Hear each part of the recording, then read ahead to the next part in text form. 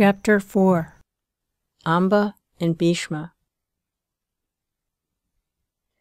Chitrangada, the son of Satyavati, was killed in battle with a Gandharva. As he died childless, his brother Vichitravirya was the rightful heir and was duly crowned king.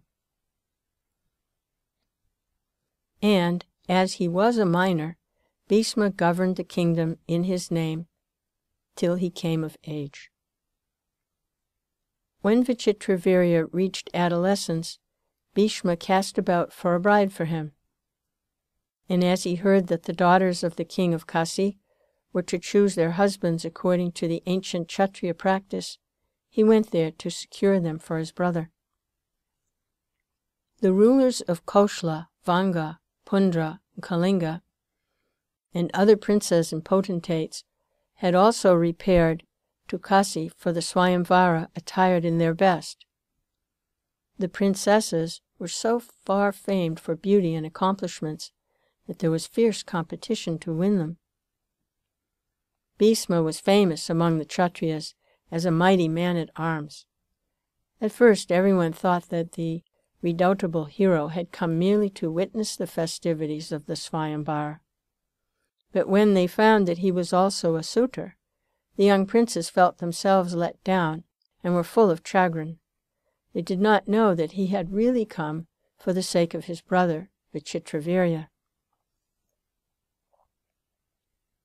The princes began to cast affronts at Bhishma. Quote, "This most excellent and wise descendant of the Bharata race forgets that he's too old, forgets also his vow of celibacy. What has this old man to do with this Swayamvara? Fie on him." End quote. The princesses, who were to choose their husbands, barely glanced at the old man and looked away. Bhishma's wrath flamed up. He challenged the assembled princes to a trial of their manhood and defeated them all.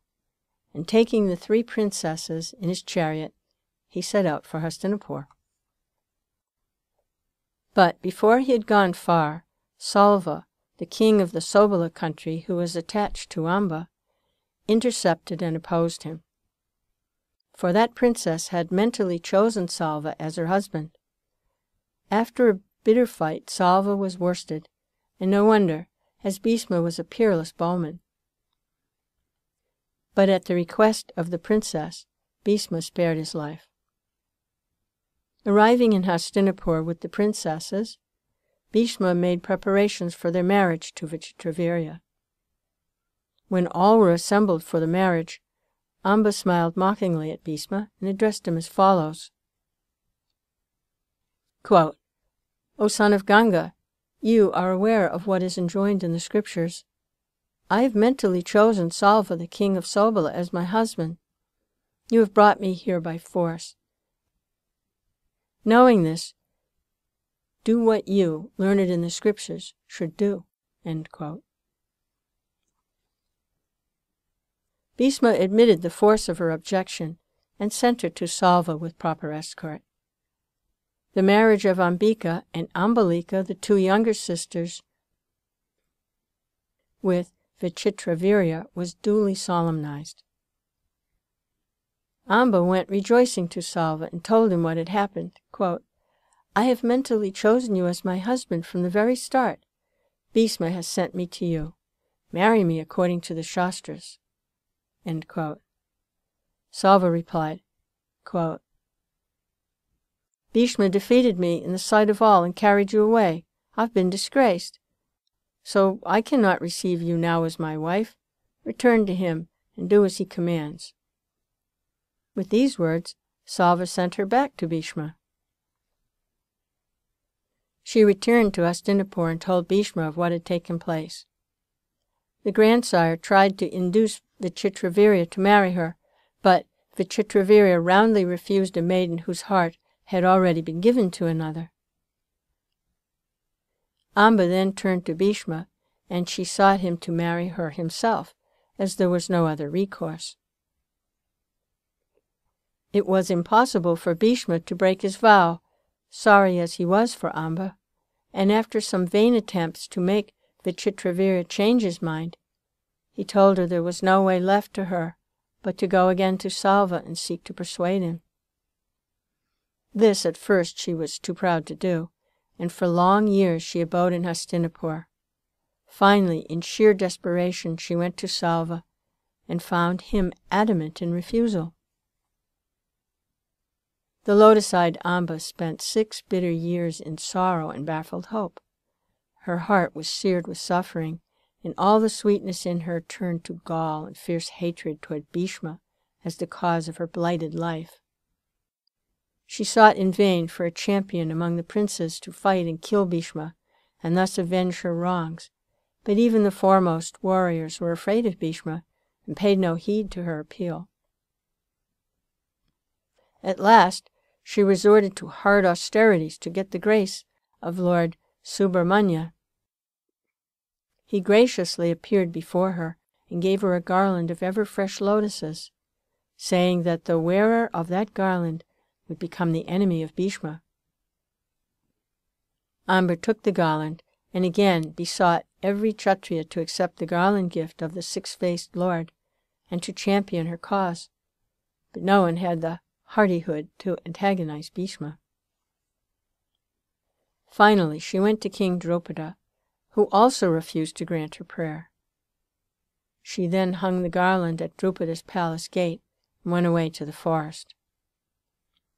Some ascetics whom she met there, and to whom she told her sorrowful tale, advised her to go to Parashuram as a suppliant. She followed their advice. On hearing her sad story, Parashuram was moved with compassion and said, "Dear child, what do you want? I can ask Salva to marry you if you wish it." Amba said, "No, I do not wish it. I no longer desire marriage or home or happiness. There is now but one thing in life for me, revenge on Bhishma. The only boon I seek is the death of Bhishma." Parashuram, moved as much by her anguish as by his abiding hatred of the Kshatriya race, espoused her cause and fought with Bhishma. It was a long and equal combat between the 2 greatest men-at-arms of the age. But in the end, Parashuram had to acknowledge defeat. He told Amba, "I have done all that I could, and I have failed. Throw yourself on the mercy of Bhishma. That is the only course left to you." Consumed with grief and rage, and kept alive only by the passion for revenge, Amba went to the Himalayas and practiced rigorous austerities to get the grace of Shiva, now that all human aid had failed her. Shiva appeared before her and granted her a boon, that in her next birth she would slay Bhishma. Amba was impatient for that rebirth which would give her heart's desire. She made a pyre, plunged into the fire, pouring out the flame in her heart into the scarcely hotter blaze of the pyre. By the grace of Lord Shiva, Amba was born as the daughter of King Drupada.